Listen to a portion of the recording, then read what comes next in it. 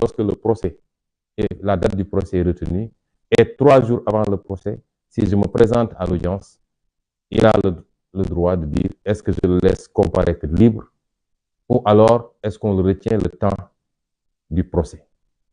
Dans toute autre situation, je répète ce que j'ai à dire. Le président Macky Sall, puisque c'est lui qui actionne le procureur, si aujourd'hui on se lève pour dire qu'on arrête Ousmane Sonko, il ne faut pas que les gens pensent que c'est le procureur. Non, c'est le président Macky Sall lui-même qui aura décidé de procéder à l'arrestation de Ousmane Sonko. Je dis aux Sénégalais que s'il m'arrête à 8 heures, maximum à 10 heures, je dois revenir chez moi. Dans toute autre situation, on serait dans une détention arbitraire, comme ils ont l'habitude d'essayer de le faire depuis mars 2021, le 3 mars 2021, lorsqu'ils m'ont illégalement arrêté sur la route du tribunal. Et dans ces schémas-là, j'appelle tout le peuple sénégalais à se lever comme un seul homme et à sortir massivement au nom du droit à la résistance que j'ai toujours invoqué dans mes propos. J'appelle tout le peuple sénégalais, dans toutes ses composantes, à se lever massivement, à sortir. Et cette fois-ci, à en finir avec ce régime criminel qui ne respecte absolument ni la loi ni le droit, qui piétine les institutions et qui n'attend que pour le dessein de son tenant, qui est le président Macky Sall. L'autre schéma, c'est que le président Macky Sall déclare sa candidature. Ce qui ouvrirait un front apparemment plus vaste, puisque de l'avis de certains, la candidature du président Macky Sall est l'affaire de tout le peuple sénégalais. Certains pourraient être amenés à penser que la candidature de Sonko est l'affaire de Pastef, ce qui n'est pas le cas. Parce qu'aucun parti n'élit un président de la République.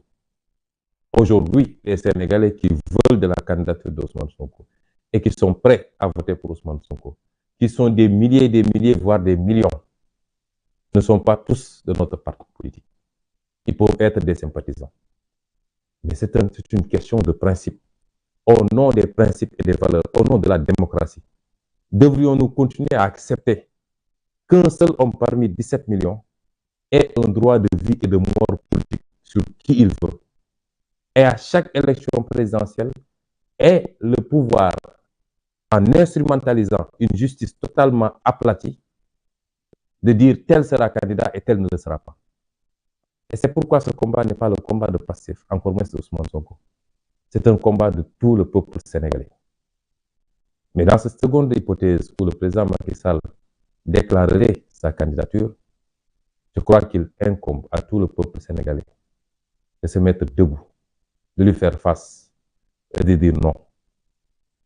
Dans tous les schémas, le premier comme le second, nous avons l'obligation historique d'abréger, d'en finir avec ces méthodes de notre temps,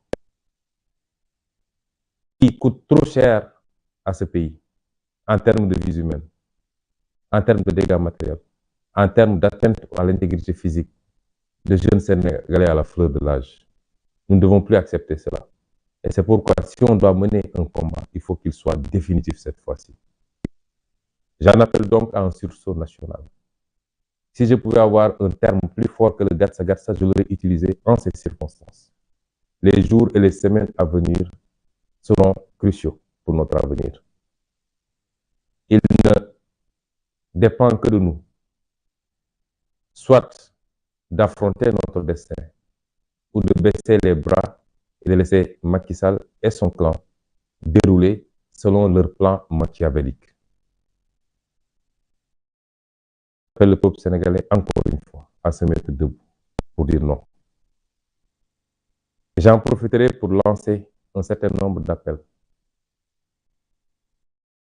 Je lancerai d'abord un appel à notre armée, notre vaillante armée nationale. Il y a un corps qui fait l'unanimité dans ce pays, c'est l'armée nationale sénégalaise. S'il y a un corps qui n'est jamais contesté ni critiqué, c'est l'armée nationale sénégalaise. Ceci est le fruit d'une tradition, d'une attitude, d'un comportement. Certes, loyaux, mais fondamentalement républicains. L'armée nationale a toujours été du côté du peuple sénégalais. C'est pourquoi ce peuple sénégalais est fier de son armée. Tant que vous êtes dans des tranchées en train de vous battre pour conserver, préserver l'intégrité nationale, vous êtes nos héros. Et vous avez notre soutien à tous, sans exclusive. Tant que vous êtes sur des théâtres d'opérations internationaux où vous défendez les couleurs du Sénégal, vous faites notre fierté. N'acceptez pas qu'on vous implique dans le jeu politique intérieur.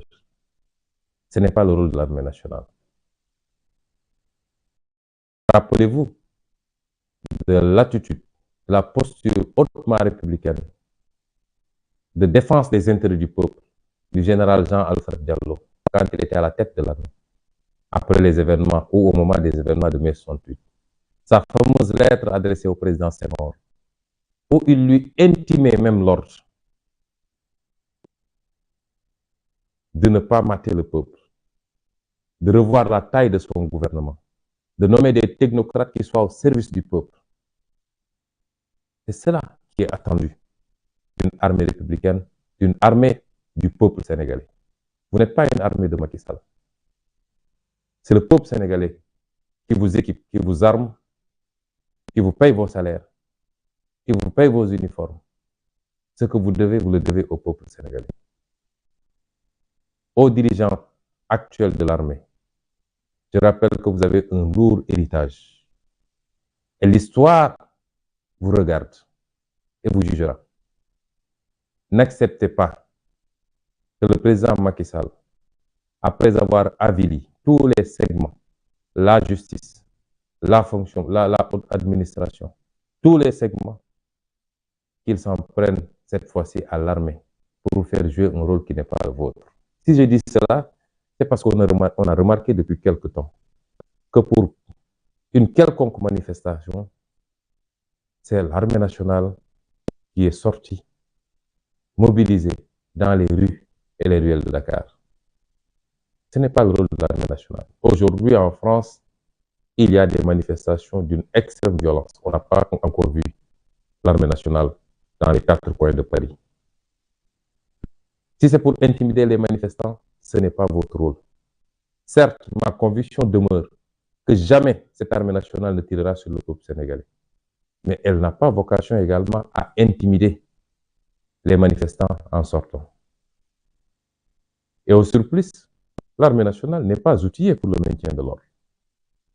Si on vous fait sortir pour garder des bâtiments publics, des lieux de pouvoir, mais de plus en plus même des magasins de grande distribution.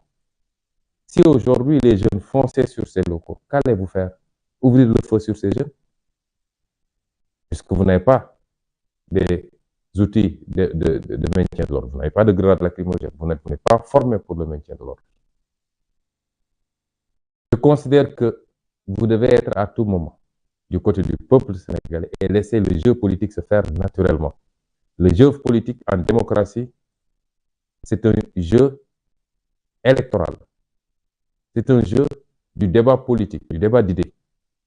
Mais lorsque une des parties foule du pied toutes ces règles pour détourner toutes les institutions et écarter les adversaires politiques, mater le peuple sénégalais, le jeu politique se prolonge sur un autre terrain, c'est-à-dire le terrain de la résistance qui est un droit constitutionnel.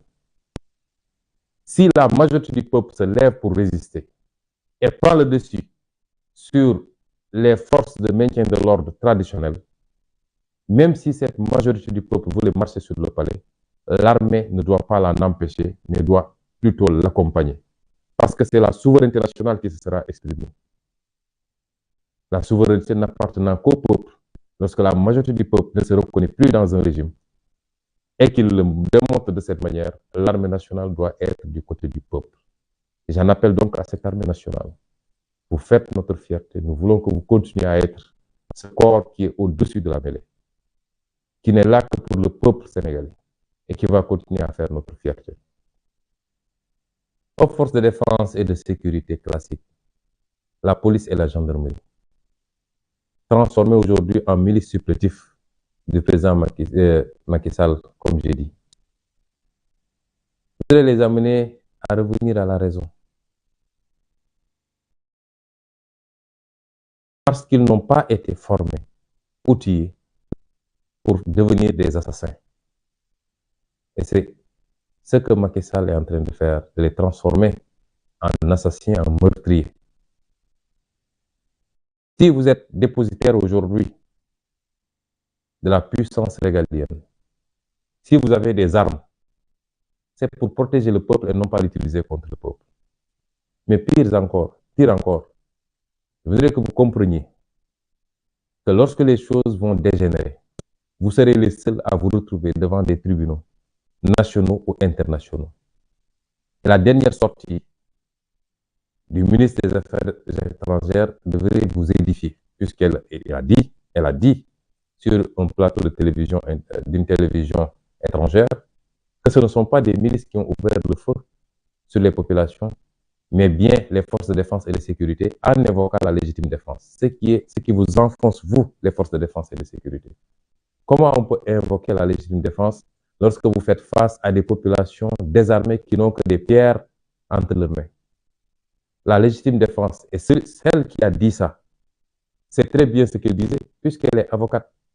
Mais elle le fait exprès parce qu'elle est politicienne. Elle essaie de se laver à grande eau. Elle, son président, leur gouvernement, pour vous désigner, vous, comme les seuls responsables de cette tuerie. Parce qu'elle sait très bien qu'en droit, pour qu'il y ait légitime défense, il faut qu'il y ait une menace proportionnelle. Une légitime défense qui a coûté la vie à quelqu'un, il aurait fallu que votre vie soit menacée. Mais tirer à bout portant des manifestants qui se trouvent à 50 mètres, 100 mètres, 200 mètres debout avec des pierres, ce n'est pas de la légitime défense. Il faut que la réponse soit proportionnelle à la menace. Et tout le monde sait qu'elle n'a pas été proportionnelle. En le disant, elle vous enfonce. Et c'est un élément de plus qui a été ajouté au dossier de la CPI. Si vous voulez continuer à jouer les Rambo pour Macky Sall, à tirer sur vos populations, le peuple sénégalais, l'histoire nous départagera. Mais vous serez seuls à rendre compte et ça ne se passera pas bien, je puis vous en assurer. Redevenez des citoyens sénégalais, des patriotes. Comprenez que servir ne veut pas dire devenir des bêtes aveugles qui exécutent des ordres de manière irréfléchie. Ce n'est pas ça servir. Je voudrais enfin lancer un appel également à quelques partenaires internationaux, à des pays amis. D'abord la France. Je ne doute pas que la France soit un pays ami du Sénégal. Il est temps qu'on sache si cette amitié est une amitié dédiée au peuple sénégalais ou bien à une élite corrompue, violente, qui tire et qui tue son peuple.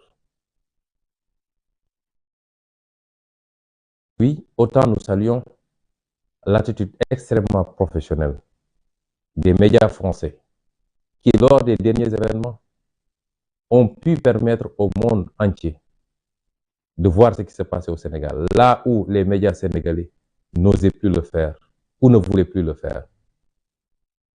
Puisque ceux qui le font sont persécutés, leur signal est coupé pour un mois.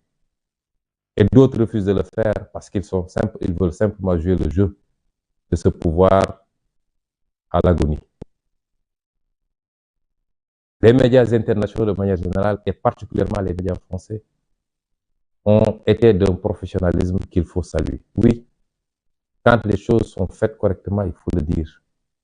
Ce n'est pas une faveur qui nous est faite. Ils ont fait leur travail, c'est-à-dire informer juste et vrai. Ces médias français sont allés jusqu'à mettre à nu les mensonges et les manipulations du gouvernement sénégalais sur l'existence de milices aux côtés des forces de défense et de sécurité. Nous vous en félicitons.